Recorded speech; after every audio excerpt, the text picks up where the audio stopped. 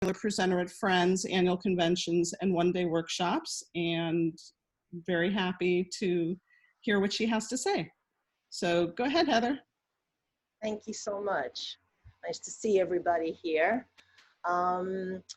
So just as a little bit of background from where this talk is coming from, as someone who's worked with people who stutter through the lifespan, you know, I feel like my career has never been just working with young children who stutter or teens or adults. I've always sort of had the privilege of working with people who stutter across the lifespan. And with that data, I feel like, especially from the older people that I've who stutter that I've worked with, who have really informed so much of the work that I do, hearing about the experiences that they had as children seem to be very pivotal in setting up sort of the person's core cognitions, their core beliefs about stuttering. So for example, if they're a very young child and they're stuttering very openly and living their life and having a really good time, but then all of a sudden a kid turns to them and says, you know, you talk weird, like, what is that? And at that moment, the child puts together, oh, wait, I knew I was talking like that, but I didn't realize I was supposed to feel bad about it. I didn't realize there was something bad about it. And other comments, you know, even faces, you know, somebody kind of going like, or walking away. There's sort of an instant lesson that is taught, a little nugget of teaching, which unfortunately suggests the way that you're speaking is not the preferred way of speaking. And from a cognitive behavioral perspective, what's so important about this is we know that those core beliefs almost become biases that direct our emotional responses to things, and more importantly, then drive the behavioral way that whatever that core belief is driving, and how the behaviors then follow, the way the person acts, that are the direct result of those core beliefs.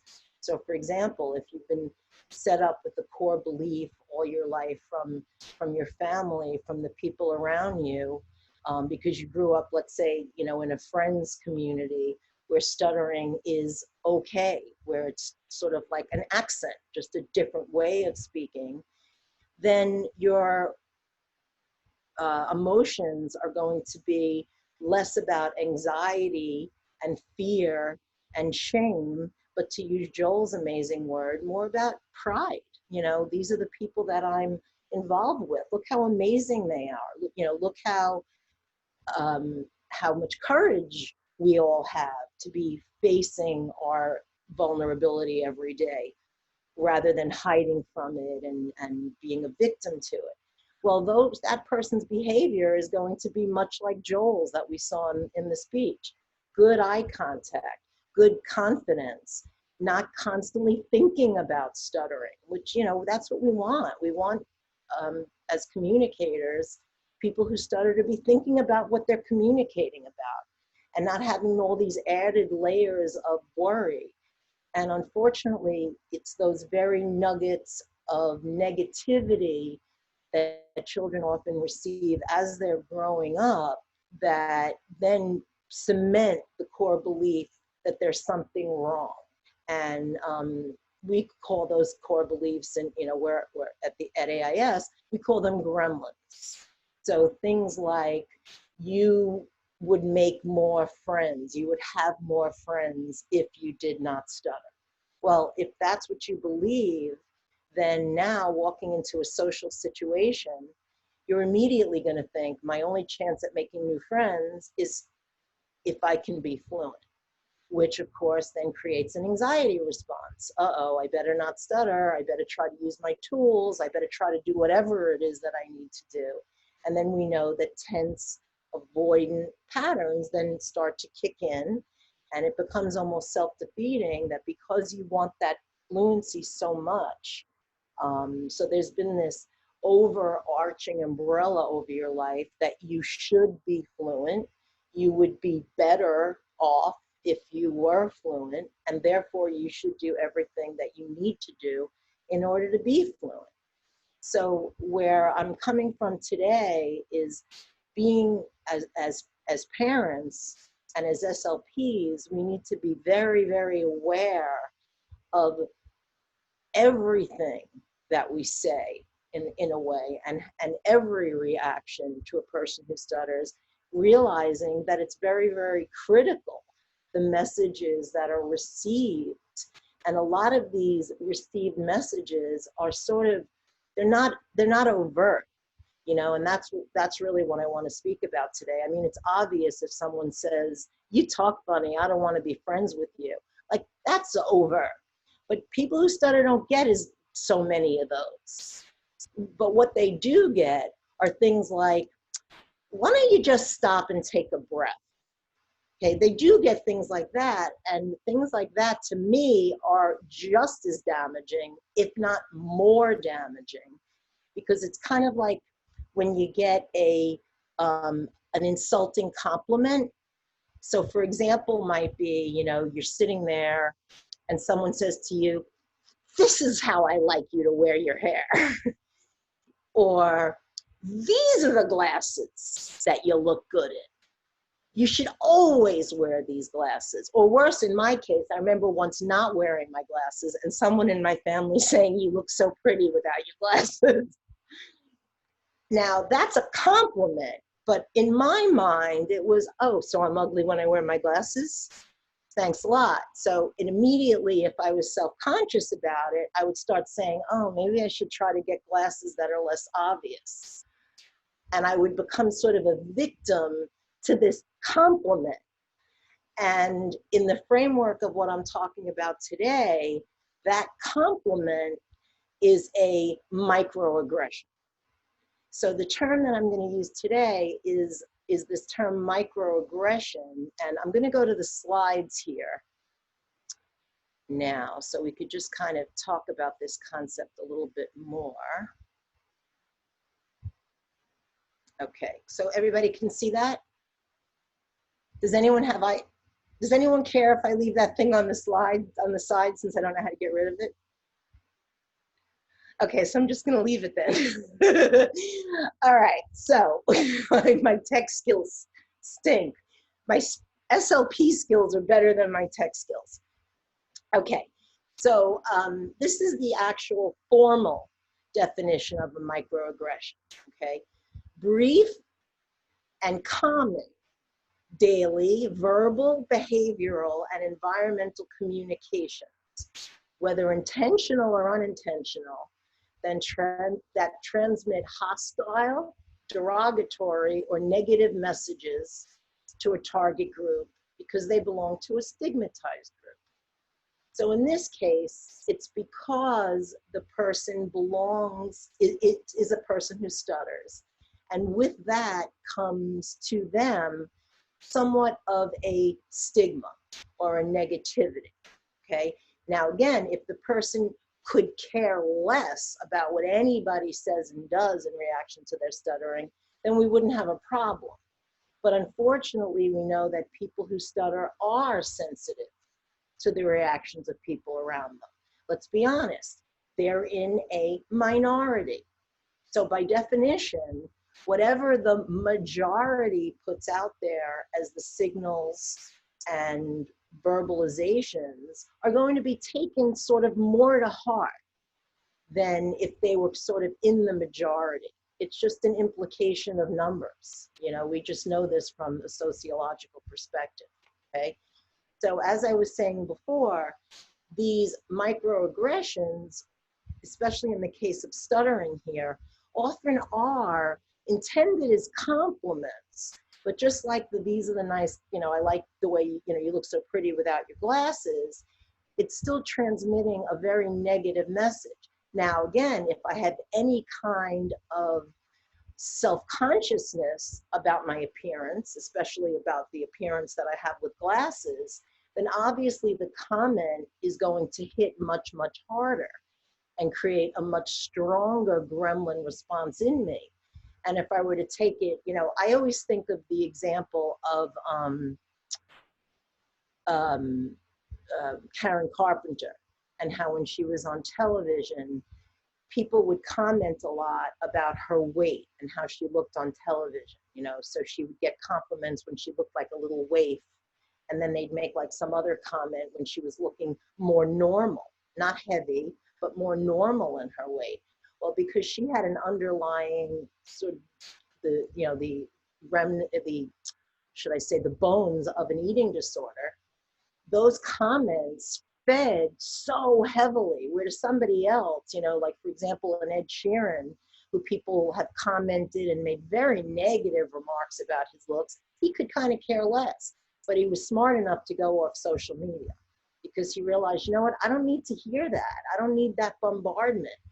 But with people who stutter, we have to realize that their sensitivity becomes a big issue in what they hear, how it's stored, the core cognition it builds, then the emotional responses they have walking into a party or walking into the classroom.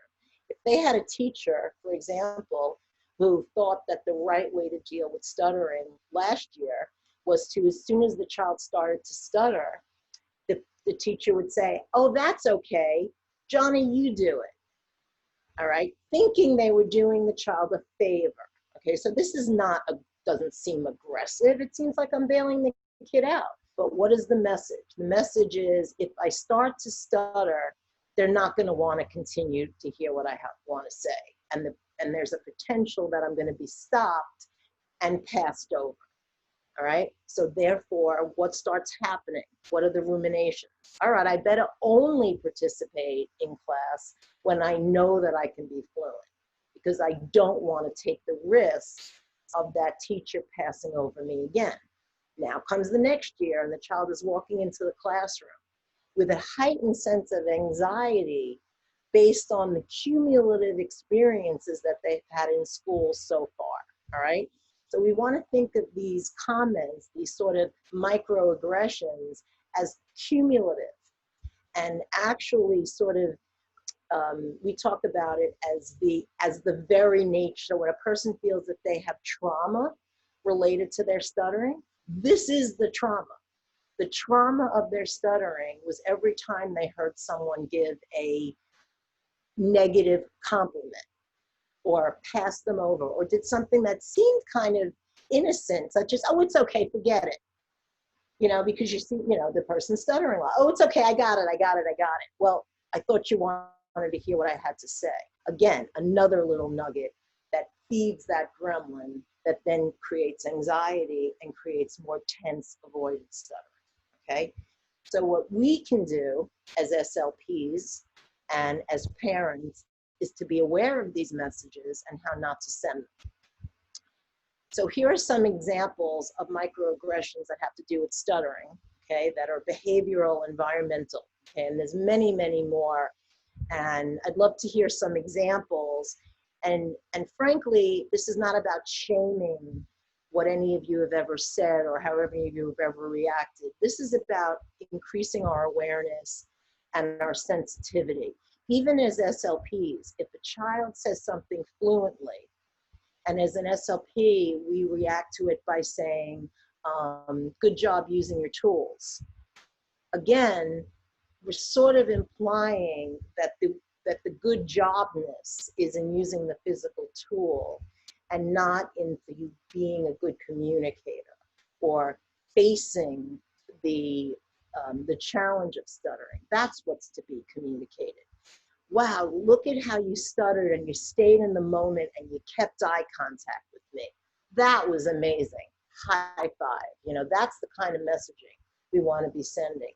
But frankly, our education has always been that fluency is some sort of goal, and we often can't help but react in a way that is kind of feeding that as the goal. So we really want to be very, very careful, okay? So when the child starts to, and again, a lot of these parents and SLPs know not to do, all right? But sometimes at the beginning of the journey, you don't know this. And we also want to be sensitive to other people in the family, people who are caregivers that are coming into the family, or assistant teachers who maybe don't really know the protocol, to be aware of these and being open as parents and SLPs to share these examples of microaggressions and how to replace them with other people in the child's life. That's part of our responsibility as well, not only just enacting these ourselves, okay? So looking away while the child starts to stutter, okay? Gesture, something like, you know, while they're talking, any, you know, some, you know, that suggests kind of move it along, you know, that kind of thing. Filling in the stuttered word. Okay, so the child is stuttering and, you know, I want to go to San Francisco. Yeah, we'll go to San Francisco. All right, again, it's implying that if I don't get it out fast enough, there's a potential that someone's going to jump in and say it for me. Therefore, I better, it creates time pressure, and that's a gremlin of itself. If I don't get it out fast and fluent, someone else is going to say it for me. Again, creating anxiety when the stutter, it seems to be taking too long in the child's mind, okay? Having someone else speak instead of or for the child. So, for example, two children come home from school. They're both very excited to tell the story of what happened. The child who's stuttering is stuttering. So the parent turns to the other child and lets him, not even necessarily encourage him, but kind of lets him be the one that says it. The child who stutters stops talking. And frankly, by listening to the child who is saying it fluently, what message is the child who's stuttering getting? Oh, I see. The one who's fluent is going to be the one that gets listened to. And what I have to say is not necessarily important because the way I'm saying it is not fluent, okay? Being overprotective. So going into a situation and saying, I'll order for you, it's okay. You know, constantly enabling avoidance and sending a message that it's, now again, this is a fine line because you want to support the child. And if they're not comfortable speaking, that's a different ball game. And if you're doing it to kind of be supportive, you know, you don't want to say order for yourself or you're getting no food. But this should be the kind of thing that it's an open communication. How do you want us to handle it together when we go in the restaurant? Do you want to let me know at the beginning if you want to order for yourself? And then I'll let you take as much time as you need. But if you're not feeling like that, let me know if there's anything you want me to order for you. You know, being very open and sort of creating a pact with the child is much more appropriate. And even not talking openly about stuttering, right? So you see the child seems to be having a really difficult time, but as a parent, not feeling that you have the language to turn to the child and say, you seem to be sad today about your talking. Why don't we talk about it a little bit? Or would you like to talk about it a little bit? I'm here, you know? So we're going to talk about some of the ways to change this language, but just to be aware of some of the more subtly nuanced things that can happen in an environment. You know, asking everyone the same question, but then stopping and not asking the child who stutters. It's not lost on them, you know, or even, you know, something like every time they talk being so super riveted. You know, everybody else is talking in the family and, you know, it's kind of casual. And now the kid who stutters and everybody's looking at them like this, you know, the child's like, okay, whoa, whoa, whoa, whoa, you know. That's sort of an environmental microaggression. That when I talk, people are going to react differently because I don't talk the same as everybody else, okay? So the message is that you do talk not the same as everybody else, but everybody's got something, and the way you talk is great. It's just a different way of talking. I like to use the word accent. Some people have a French accent, some people have a Spanish accent. Your accent is stuttering. And if people notice it, it doesn't mean there's something bad about it because people will notice that someone has a French accent. But people love it. They say, oh, what a beautiful accent. Let's think of your stuttering as a beautiful accent. So a much healthier message, okay? Let's go on with some microaggressions that are more verbal.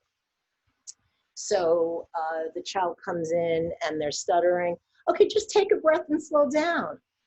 Okay, again, seems like a very helpful little innocent little comment intended to help the child be more fluent. Messaging, all right, it's not important what, and this is what often happens. What I have to say is not as important as the fluency with which I say it. Okay, and that is a very damaging core belief. And that will then drive a lot of the I should be fluent, I must be fluent, I should use my tools, I shouldn't speak when I think I'm going to stutter too much, and on and on and on. And all of these, again, these shoulds create an anxiety response, which brings about the very tense struggle behaviors that Vivian Siskin so eloquently talked about, and all the avoidance behaviors that we talk about when we talk about not talking as a way to not stutter, not using feared words as a way to not stutter, stopping as a way to not allowing, blocking, to not allow the stutter to be heard by the other person, okay? Stopping and saying, why don't you use your tools? Okay, obvious microaggression. The child's just said it. Can you say it again using your tools? No, just answer the question. The child said something, respond to it. Respond to what they communicated, okay? So, and this is something for us to keep in mind. Speech therapy should not be about turning parents into fluency police. And unfortunately, that happens a lot. By the very process of bringing your child to speech therapy, there's almost a pact that parents don't really know their role unless we lay it out for them. So it's our job to lay out to the parents that your role is to convey that your child should keep speaking and speak their mind, and that is the most important thing, and that's what you will always value and respect in them, not be listening for their fluency. Now, of course, we can teach parents of young children things that they can do that do tend to make the child feel more confident as a communicator. But comments like, can you say it again using your tools, are not the comments, things like, I'm going to listen to you, and just kind of conveying with your body a calm listening manner.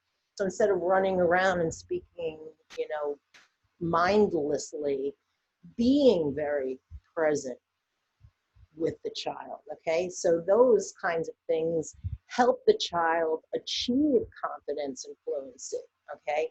But parents don't know that unless we teach them those tools. Teach them the language of talking openly about stuttering. But when the child is just sort of dropped off the therapy and the parent kind of just picks them up, their implication is, all right, what techniques are you teaching? And then the word tools and techniques, first of all, become completely meaningless. So the parent thinks that there's some magic set of techniques, and their role is to make sure the child is using them. And it frankly becomes almost adversarial between the child and parent rather than supportive. Okay, this one is an interesting one that we need to be really, really careful, because here's one of those insulting compliments that often hit harder than the actual negative comments. So they just said something and they were fluent. You sound so good. Oh, gee, thanks, or the child was perfectly fluent, great job. Another one that's really interesting is sometimes a child will just say something. I mean, there's a lot of natural fluency in a child's speech, spontaneous fluency, meaning that they're not using their tools to achieve it. It's just part of the variability of stuttering.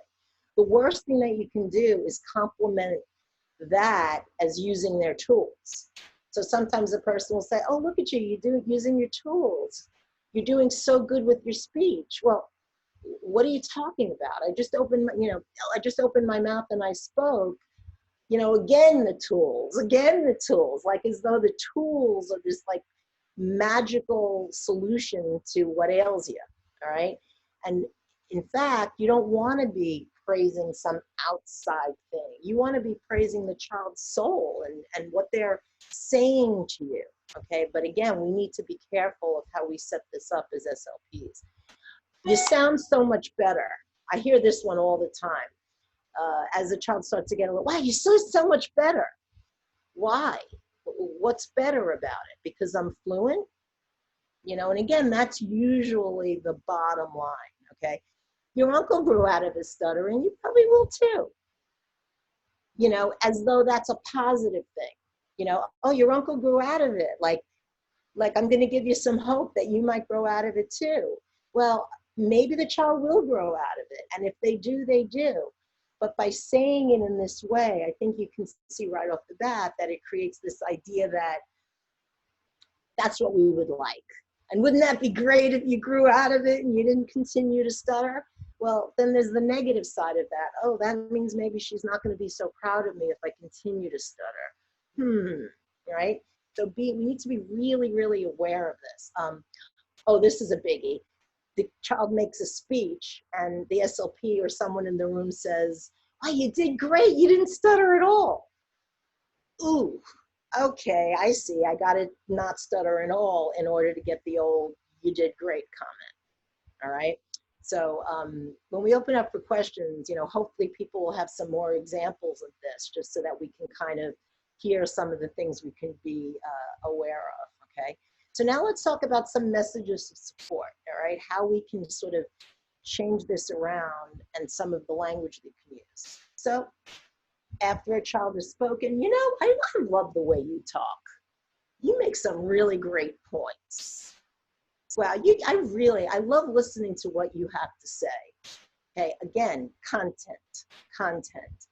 That's a really good point that you just made. I hadn't thought of that.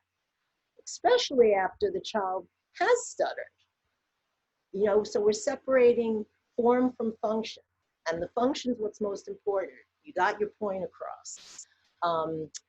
Watching your child struggle a little bit, but taking the courage, taking the initiative to do something that you know is scary for them. Not talking at all afterwards about the fluency, but just like that, I know that that took courage for you to do that. And I'm really, really proud of you for taking that step. So again, the child is getting this message that, okay, mom isn't proud of me for being fluent. Mom is proud of me when I talk. Mom is proud of me for when I do something for myself. And that's kind of the loving messages that we want to say, okay? Seeing the child is kind of maybe giving up on talking or saying things like in the middle of a stutter. We often see this at the beginning of this sort of negativity growth stage, unfortunately, where the child is, I don't know, or they just stop, or they say, forget it. Now you don't want to kind of say, no, say it, but in a more general way, you know, and throwing these messages in throughout the day, not just in the times when the stuttering is bad, you know, seems struggling.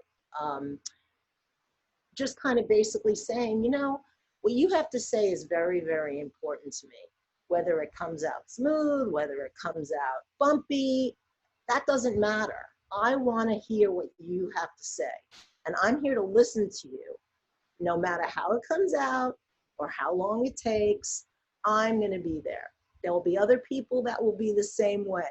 And frankly, as the child gets older, maybe saying, there might be some people who it's hard for them to listen, to really, really be good listeners and listen to what you have to say. But that doesn't mean there's anything wrong with the way that you're talking. It means that they don't understand what stuttering is. Okay, so this is the kind of language we want to really start adopting so that children really do understand that the way that they are speaking is completely acceptable, and they can be and continue to be amazing communicators with that stutter, okay? As far as, you know, you see that the child might be having some emotional reactions to stuttering. again, not only doing it when they're having a hard time, but being open enough as a parent and as a family to say, you know, you can talk to me about your speech. We can talk about stuttering. I don't always know what to say because I'm learning too, but I will always try my best to understand. I will always try my best to learn more, and we can do that together. And if I ask you about it and you'd rather not talk about it, tell me. But I really do always want to talk about it with you. Because a lot of times parents are scared to talk about it, or they're afraid that if they talk about it, they're kind of perpetuating that it's a problem and that it's hard. But frankly, the child picks up on the fact that, well, when they got a C in school, we talked about it. When I broke my foot on my bicycle, we talked about it. But when I stuttered and had a really hard time, it seemed like nobody talked about it.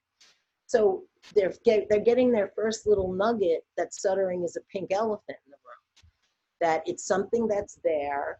We seem to still kind of know about it, but we don't talk about it, which sends a message that it is something not to be spoken about equals shameful, because it's things that we have shame about that we don't speak openly about, things that we feel vulnerable about, but feel supported in.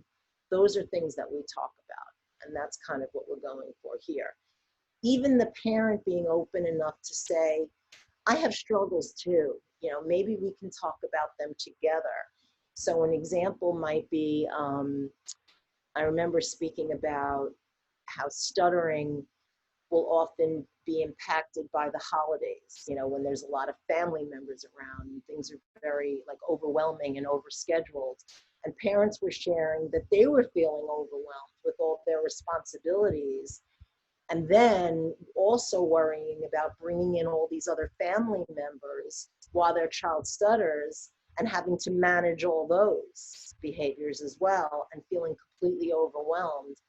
And some parents sharing that one of the most helpful things they could do with their child at that time was to turn to the kid and say, Mommy's feeling a little overwhelmed right now. I don't know what to do with myself. Can we go into my room and just talk for a couple of minutes? And literally setting up almost like a confidant relationship with your child that, okay, I'm being triggered, kid. Can you help me out? And then what does that do? It sort of opens to the child, you know, is this hard for you with your talking, you know, with all these people around? It's kind of creating a normalizing language that we all go through things that are struggling, that are a little bit difficult for us to deal with, and that's okay. It's facing them that is really where the courage is, not in the shying away from them, you know, and teaching the child that by example, by showing our own vulnerabilities can be really, really, really helpful. Okay, so I'm going to stop the share now. And I thought I would open it up for questions now and a little bit. I didn't look at any of the chats. Thank you, Heather. Our first question is from Angela. So I'm going to unmute you, Angela. You want to ask your question?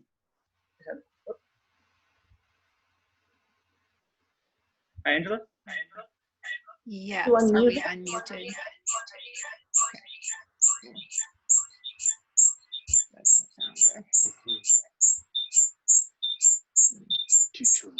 Sounds like there's a lot of feedback. I wonder if it would be easier for us to keep everyone on mute and for us just to read the questions to Heather.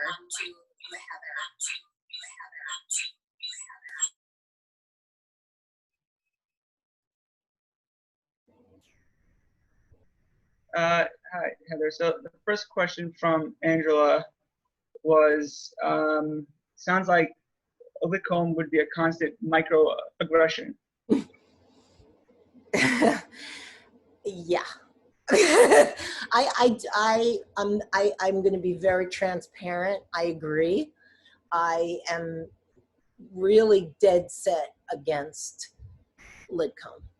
I just am. I think it does have the potential. I do know if you know, again, I've looked at all their research. I know they say people don't remember, you know, that they have maybe the children who are kind of oblivious in the first place and aren't very, very sensitive. I don't know, maybe it works out. But I guess to me, the danger is the number of people that I have heard from who remember their parents going, that one was a little bumpy, can you say it again? And then being like, what is wrong with you? You know, and many children do lash out against their parents. So in a lot of the forums that you read about, the kid will just shut down and then they adjust the Lidcombe, you know, where they go back to the therapist and now they do what they call a modified Lidcombe because the child doesn't like the contingencies. So I agree that personally I would go with more of a parent-child centered approach.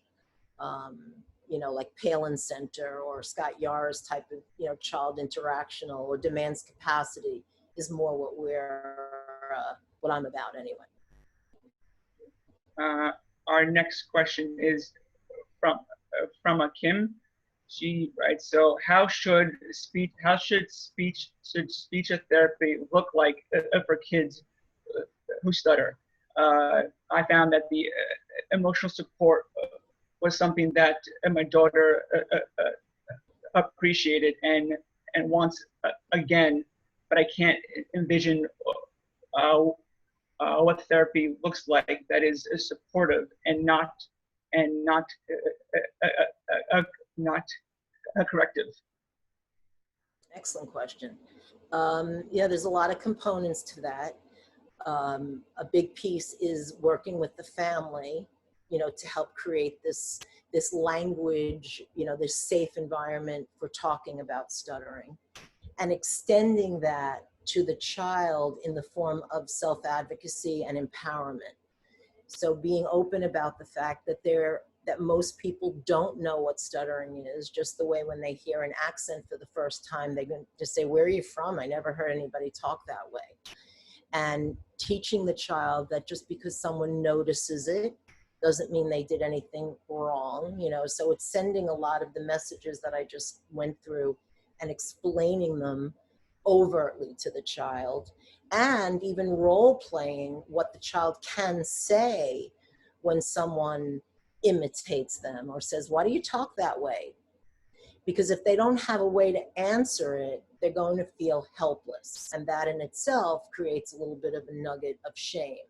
But almost like, think about the way Joel responded to those construction workers.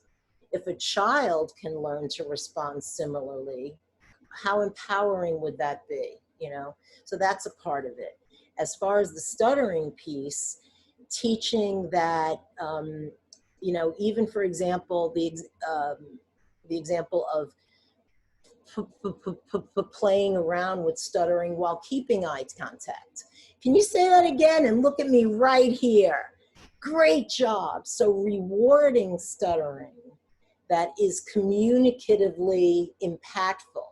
You know, so playing a game where there's stuttering overtly and you're rewarding the child, that was good stuttering. You made really good eye contact, or I love the way you stayed in the stutter instead of changing it to a different word. Good job. You used the word you wanted to do. So you wanted to use. So it's sort of praising the kinds of things that we would like to see as they continue to grow up as a communicator. But even playing around with the stutter, which creates the anti-gremlin. So there's a gremlin, you have no choice, you're always gonna stutter, you're always gonna stutter this way. But just by playing with stuttering, doing some voluntary stuttering, kind of shuts that gremlin down and instead creates a positive one which says, wait a minute, I do have choices. I can stutter in different ways if I want. And if I don't want to, I'll just stutter the way I want to. So those are just some of the components of, you know, what stuttering might look like for a child instead of the fluency in sitting down and playing stretchy talk. Our next question is from Lindsay. I'm so glad that in this forum, it's a given that stuttering is okay, but we encounter so many SLPs who don't come with the same assumption. I have some experience introducing this idea to SLPs, but could use more strategies for these discussions. What are your favorite ways to engage in these conversations? I think the most important thing is for SLPs who don't get it to listen to panels of people who stutter talking about their own experiences, because coming from one SLP to the other, I think a lot of times it just doesn't resonate. And if they don't have enough experience, in fact, I am part of the board that reviews portfolios of people who are becoming specialists in stuttering. And we have literally added to the requirements a very explicit set of things that you have to do in order to, and here's the quote, understand the lived experience of stuttering. Because many SLPs, no matter how much you talk to them about it, they might get it at a theoretical level. But if they don't understand the lived experience, they're just not ever going to be able to do it with their soul and do it in a way that seems legitimate. So in other words, if your orientation is fluency, you're not going to be able to send the message of that was really good stuttering, because you don't really mean it. So, and frankly, there's nothing wrong with, if you're not in the position to treat stuttering, don't treat stuttering. You know, it is part of our code of ethics to be able to say, I don't really understand stuttering. I would take my child, if it was my child, to someone who really does get it. Some SLPs just can't get it, and that's okay. There's plenty of populations for them to work with. They don't have to be shamed into thinking like, you know, you don't get stuttering. Well, you don't, so don't work with people who stutter. That might seem mean, but. Next question is from Julie. How do you help families address verbal siblings who often interrupt the child who stutters?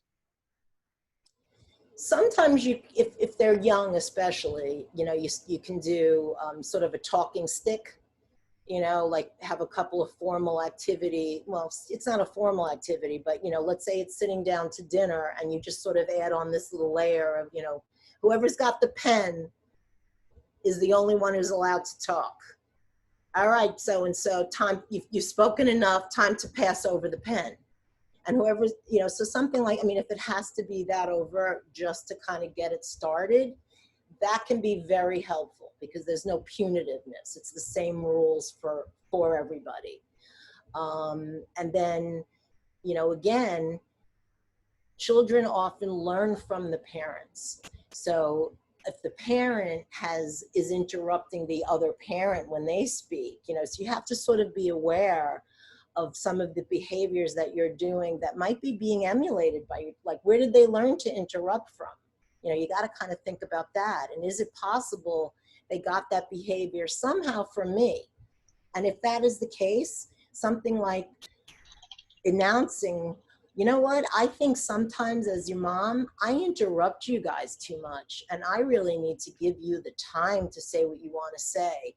So guys, as a family, all of us are going to make a real effort to whoever is talking that we zip it and we wait till it's our turn. And then it can almost become like a little funny thing that when the sibling starts to talk, you know, the zip it, and it's not all about them. You're saying it's about you too, and putting yourself up the same level of, look, I better zip it.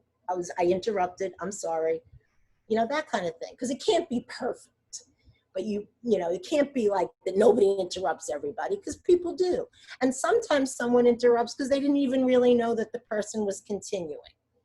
So teaching the listener not to freak out every time it happens also, like, okay, you can say, I was not finished, please let me finish. So that's an important thing to teach, and making sure that the other people respond appropriately when that cue is given. And unfortunately, I think we're just about out of time. I want to thank you, Heather, so much. There are still a few more questions in the chat that I feel badly that we're not going to have time for. I don't know, Heather, if you were on the Slack channel or not. We might be able to copy and paste some of them there. Or I don't know if you want to give any contact information if anyone does want to reach out. Sure. How can I do that? I can post that into Slack. I also can type it into, or you can type it in to the chat here. I would hate the people that had a specific question. Unfortunately, sure. No, let me don't have enough time. For what's to come next, we have the closing ceremony next. I can put that link in the chat as well. And then we will see you guys all there right now. Thank you so much, Heather. Thank you guys so much. Thank you.